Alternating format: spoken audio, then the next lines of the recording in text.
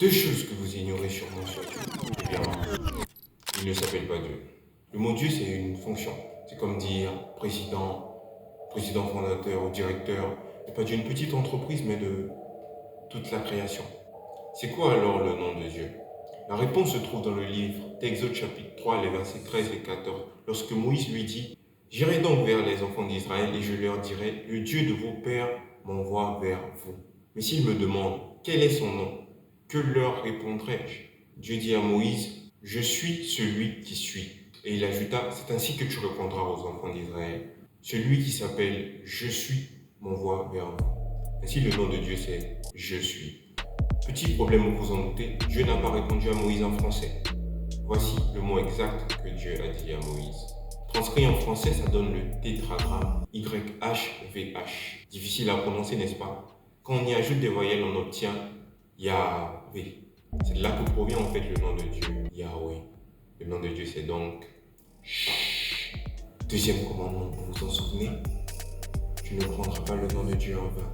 En fait, c'est de ce nom-là que Dieu parlait. Il faut savoir que le nom de Dieu Yahvé est cité plus de 6200 fois dans la Bible.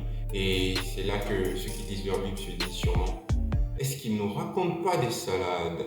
Oui, je vous assure, il est cité plus de 6200 fois, précisément dans l'Ancien Testament.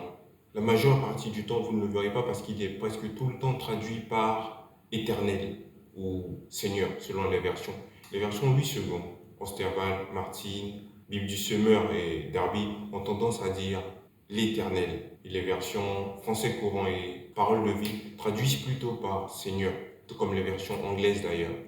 Alors, à votre avis, pourquoi est-ce que le nom de Dieu, Yahvé, est remplacé de la sorte dans toutes ces traductions? Je vous laisse répondre en commentaire.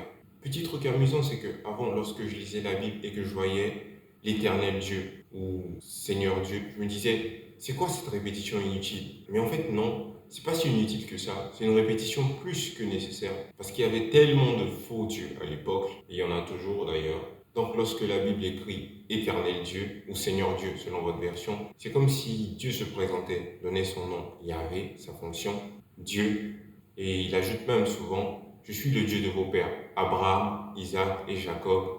À ne pas confondre avec les faux dieux, les usurpateurs, ceux qui se disent Dieu mais en fait qui ne le sont pas. Alors, je vous ai dit toutes ces choses afin que lorsque l'heure sera venue, vous vous en souveniez.